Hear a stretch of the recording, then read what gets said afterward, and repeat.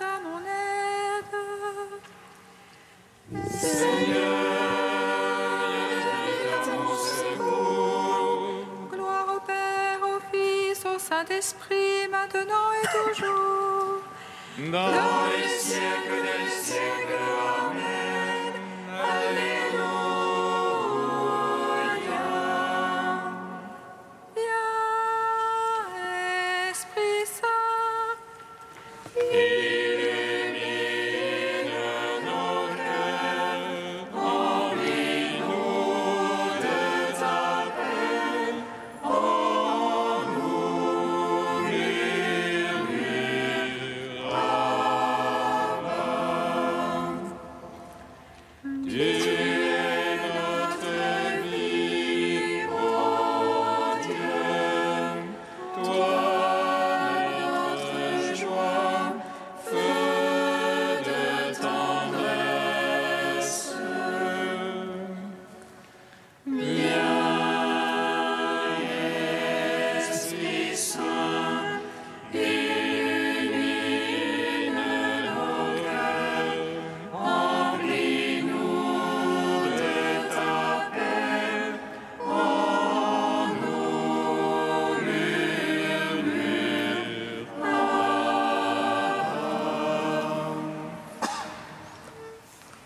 lorsque tu es descendu vers la mort immortelle, vie.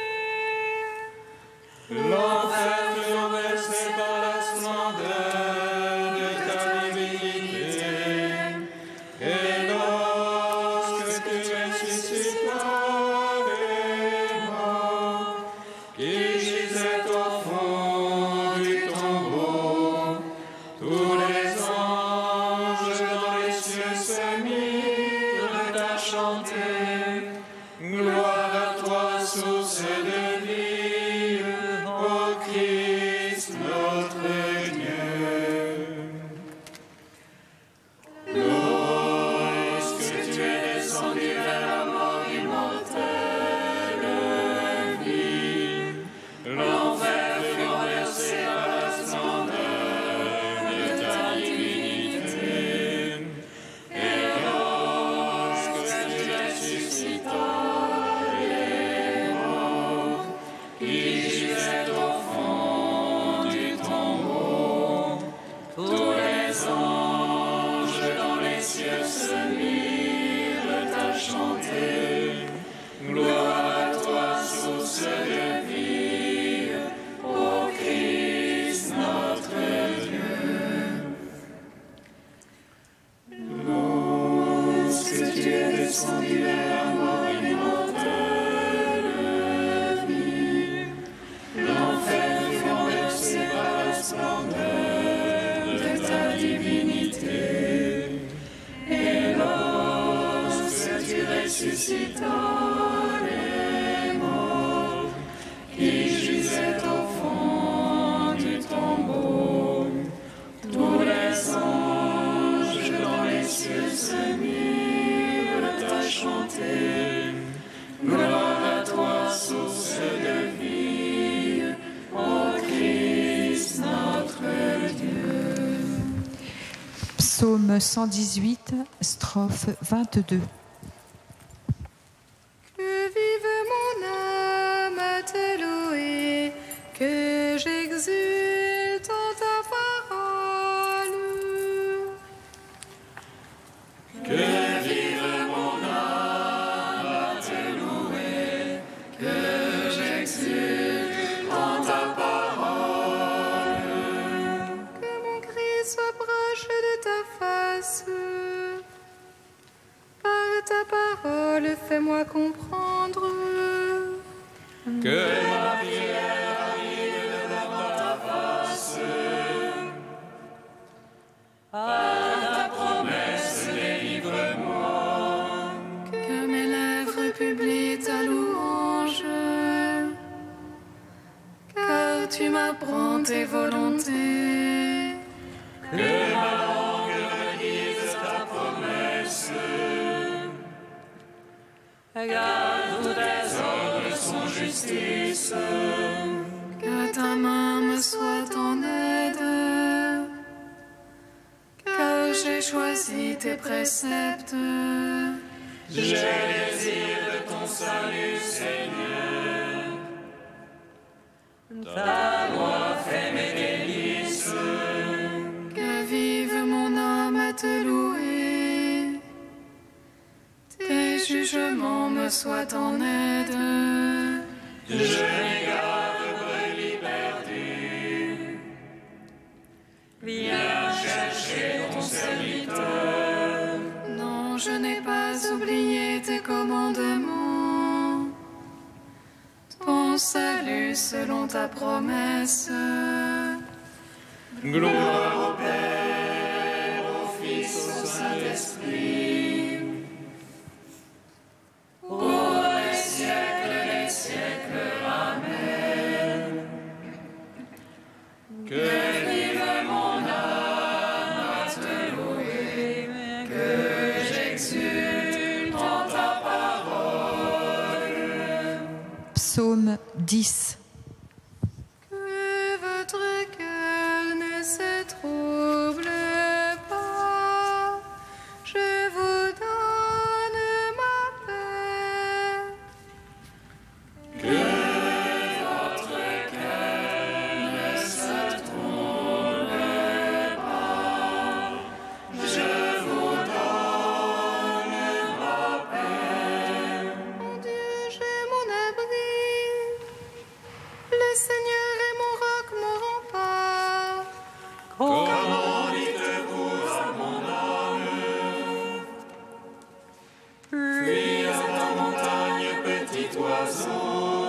Vois les impies bander leur arc. Ils ajustent leurs flèches à la corde. Pour viser dans l'ombre les cœurs droits. Si les vases sont ruinés, que peut le juste? Le Seigneur dans son palais de sainteté. Le Seigneur dans les cieux et son trône. Ses yeux contemplent le monde. Ses paupières éprouvent les hommes. Dieu éprouve le juste et l'impie. Il déteste l'ami de la violence. Il fera pleuvoir sur les impies feu et souffle. Et dans leur coupe un vent de flamme pour leur part. Dieu est juste, il aime la justice. Les cœurs droits contempleront sa face. Gloire au Père, au Fils, au Saint-Esprit. Pour les siècles des siècles. Amen. Que votre cœur ne se trouble pas. Je vous donne ma paix. Psaume 11. Sauve Seigneur, il n'est plus de saint. La vérité a disparu parmi les fils des hommes. Ils ne font que mentir chacun à son prochain. Lèvres trompeuses, langage d'un cœur double. Que le Seigneur retranche toutes lèvres trompeuses, la langue qui fait de grandes phrases. Ceux-là qui disent la langue est notre fort, nos lèvres sont pour nous qui serait notre maître. Devant le pauvre qui gémit, le malheureux qu'on dépouille. Maintenant je me lève, déclare le Seigneur. J'assurerai le salut à ceux qui en ont soif. Maintenant je me lève, déclare le Seigneur. Les paroles du Seigneur sont des paroles sincères, argent natif qui sort de terre cette fois épuré. Toi, Seigneur, tu nous prends en ta garde, tu nous protèges contre ces vengeances à jamais. Vois de toutes parts, rôdent les impies, la bassesse est au sommet parmi les fils des hommes. Gloire au Père, au Fils, au Saint-Esprit, pour les siècles des siècles. Amen. Que votre cœur ne se trouble pas, je vous donne ma paix. Cantique de Judith, page 258. Par nos chants, célébrons le Seigneur, chantons pour notre Dieu un chant nouveau. Seigneur, tu es grand et glorieux, admirable de force et invincible. Que te serve ta création tout entière. Un mot de toi et c'est fait, tu envoies ton souffle et cela existe. Nul ne résiste à ta parole. Si les vagues et les montagnes roulent avec les eaux, si les rochers devant ta face se fondent comme le cire. À ceux qui te craignent, tu restes favorable. Certes, c'est bien peu qu'un sacrifice de bonne odeur, et moins encore la graisse qu'on offre en holocauste. Mais qui craint le Seigneur toujours sera grand. Gloire au Père, au Fils, au Saint-Esprit, au Dieu qui était et qui vient, pour les siècles des siècles. Amen.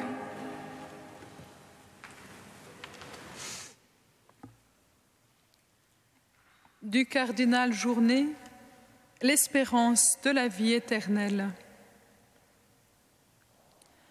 La foi est connaissance, l'espérance est attente.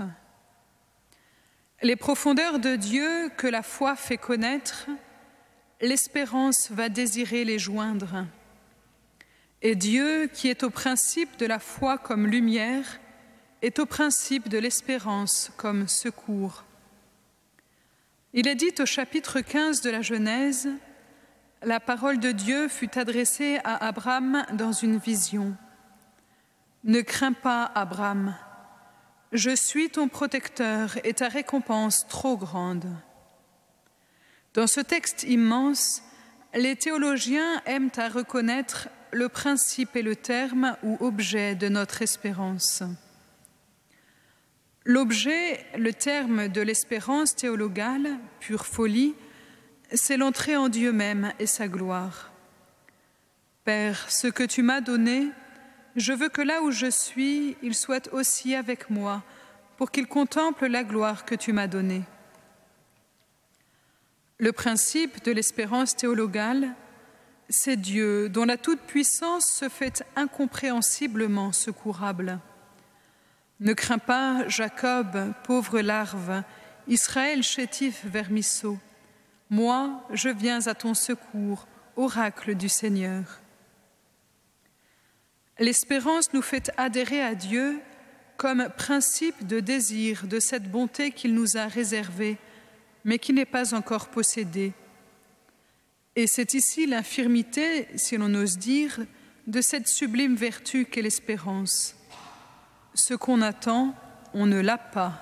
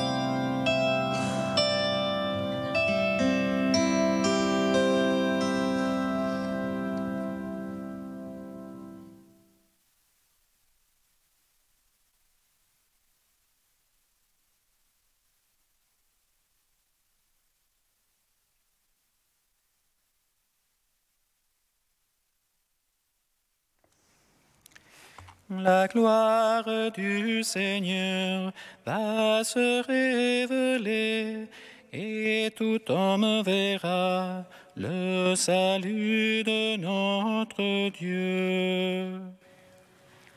La gloire du Seigneur va se révéler et tout homme verra le salut de notre Dieu. La création aspire de toutes ses forces à voir cette révélation des fils de Dieu. La gloire du Seigneur va se révéler et tout homme verra le salut de notre Dieu. Lecture de la lettre de Saint Paul apôtre aux Romains. Frères, j'estime qu'il n'y a pas de commune mesure entre les souffrances du temps présent et la gloire qui va être révélée pour nous. En effet, la création attend avec impatience la révélation des fils de Dieu. Car la création a été soumise au pouvoir du néant, non pas de son plein gré, mais à cause de celui qui l'a livrée à ce pouvoir.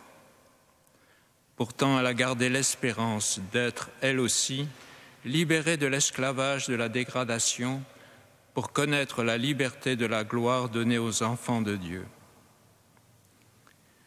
Nous le savons bien, la création tout entière gémit. Elle passe par les douleurs d'un enfantement qui dure encore. Et elle n'est pas seule. Nous aussi, en nous-mêmes, nous gémissons. Nous avons commencé à recevoir l'Esprit Saint, mais nous attendons notre adoption et la rédemption de notre corps. Car nous avons été sauvés, mais c'est en espérance. Voir ce qu'on espère, ce n'est plus espérer. Ce que l'on voit, comment peut-on l'espérer encore? Mais nous qui espérons ce que nous ne voyons pas, nous l'attendons avec persévérance. Gloire à toi, Seigneur, louange à toi. Gloire à toi, Seigneur, louange à toi.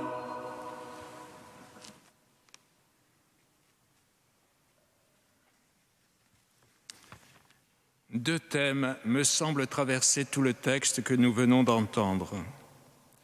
Le thème de l'espérance, notre salut. J'estime qu'il n'y a pas de commune mesure entre les souffrances du temps présent et la gloire qui va être révélée pour nous.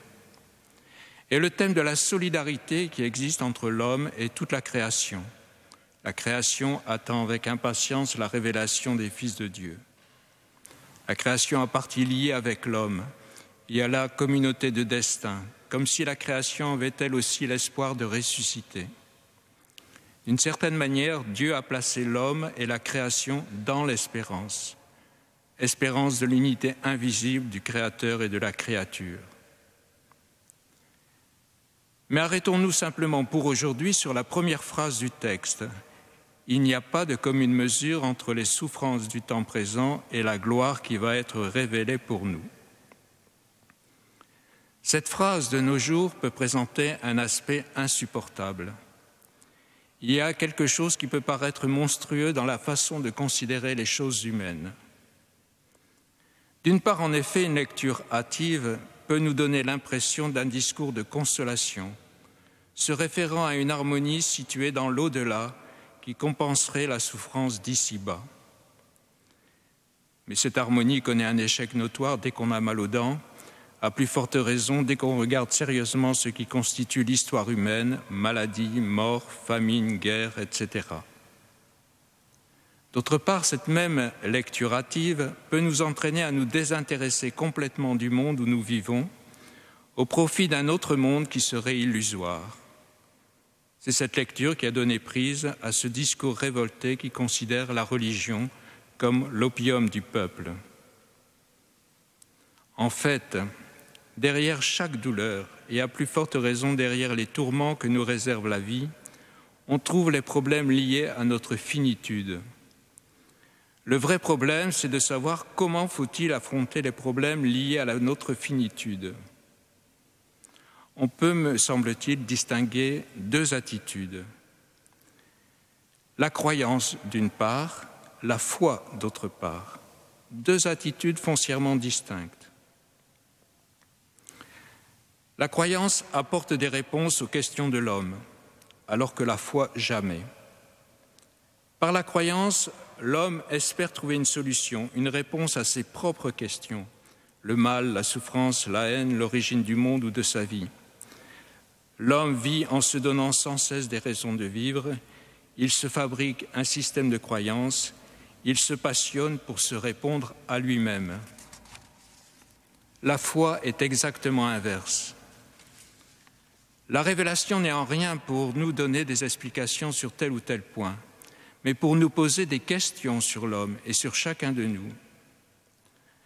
Le récit de la Genèse n'est pas l'explication de l'origine du monde. Le livre de Job n'est pas l'explication du mal. Dans tous ces récits, nous nous trouvons au contraire en face du refus de Dieu de répondre. Quand on veut le saisir, il déclare « Je suis celui qui suis ». Quand on veut le contraindre par des sacrifices, il déclare qu'il les déteste. Quand on attend le roi souverain Messie, il envoie un pauvre sans pouvoir. La révélation biblique ne nous apprend rien sur nos origines ni sur la cosmologie, mais elle pose une série de questions, c'est-à-dire qu'elle rend l'homme responsable, obligé de répondre, et le renvoie à sa liberté. À l'inverse des croyances, la foi consiste donc à écouter les questions de Dieu et à s'aventurer dans les réponses que nous avons à donner. Les questions, nous les connaissons. Adam, où es-tu? Caïn, qu'as-tu fait de ton frère? Et vous, qui dites-vous que je suis? Qui cherches-tu? C'est la croyance, la falsification du christianisme qui pourra dire aux pauvres et aux souffrants « Restez dans l'état où vous êtes, soyez-en très satisfaits parce que le ciel compensera tout. » La pauvreté devient un état béni, ainsi que l'exploitation, l'oppression, l'aliénation. Si vous souffrez sur terre, votre appartenance au royaume comblera vos drames, nouveaux cieux, nouvelle terre, où la souffrance n'existera plus. Ce discours transforme ce qui est de l'ordre de la promesse, de la parole de Dieu, en bonne parole pieuse, en facilité de gouvernement, en instrument de paix sociale, en consolation. La foi dit tout autre chose. Il faut que le royaume des cieux soit ici et maintenant. Il faut recevoir la parole comme agissant tout de suite. Si je lis les béatitudes, si je lis « Heureux les pauvres », c'est un présent. La foi, c'est l'exigence reçue d'incarner maintenant le royaume de Dieu dans ce monde et ce temps. La foi est dénaturée quand elle est saisie comme protection, garantie, assurance. Elle est tout l'inverse. Elle est prise de risque, abandon de toutes les sécurités, marche sur les eaux, avancée en eau profonde. Il s'agit de l'eau de ce monde en tempête. La foi provoque une certaine attitude devant la vie, être vigilant, être lucide, être ferme, non pas être de ceux qui ferment les yeux pour ne pas voir l'horreur du monde, ni ceux qui s'enfuient pour se réfugier chez le Tout-Puissant. Veiller, attendre, sentinelle des désastres, mais qui sait que la lueur de l'aube n'est pas loin.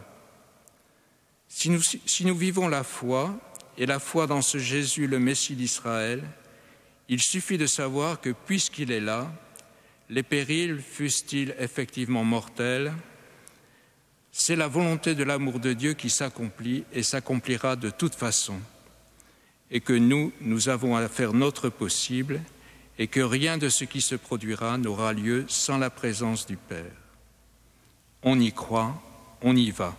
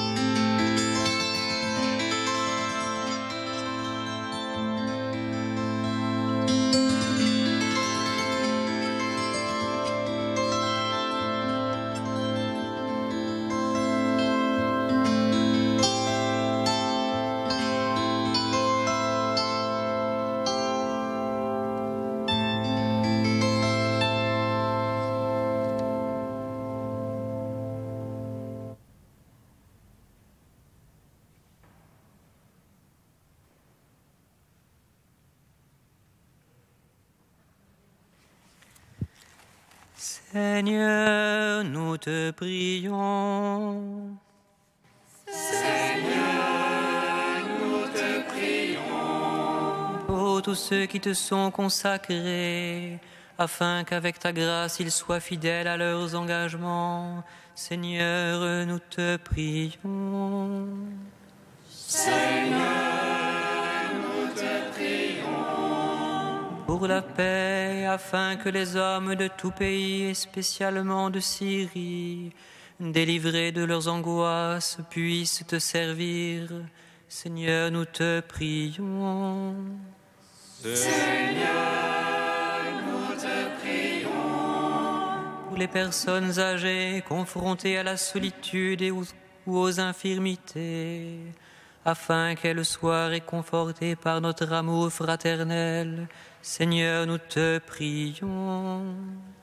Seigneur, nous te prions. Dieu saint, saint fort, saint immortel, prends pitié de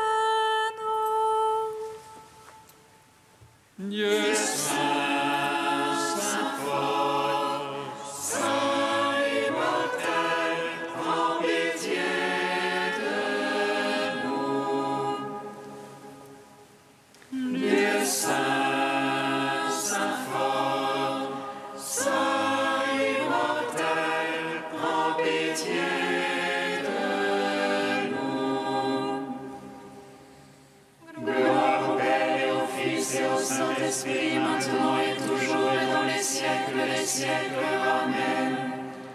Saint immortel, prends pitié de nous.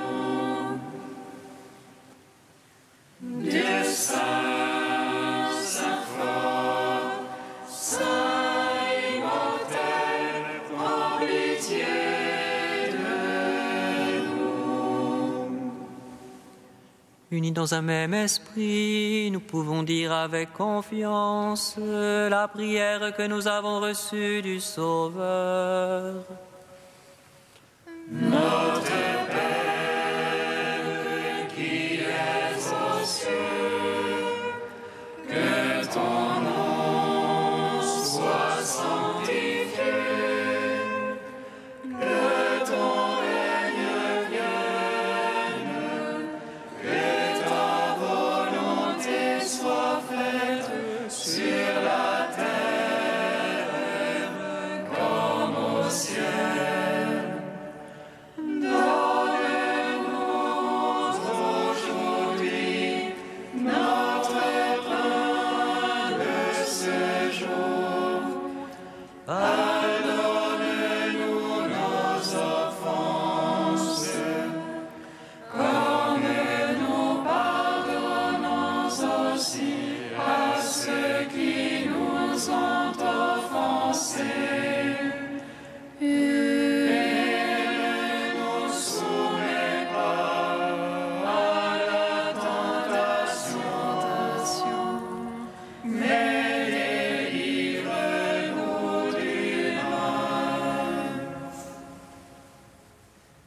Dieu éternel et tout-puissant, augmente en nous la foi, l'espérance et la charité, et pour que nous puissions obtenir ce que tu promets, fais-nous aimer ce que tu commandes.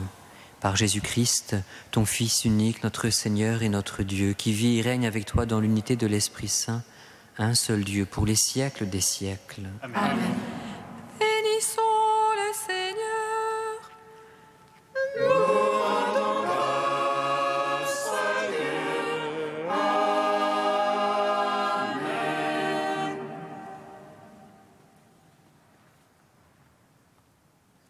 L'ange du Seigneur annonce à Marie qu'elle serait la mère du Sauveur. Et elle conçut de l'Esprit Saint. Réjouis-toi, Marie, pleine de grâce, le Seigneur est avec toi. Tu es bénie entre les femmes et Jésus, le fruit de ton sein, est béni. Voici la servante du Seigneur. Qu'il me soit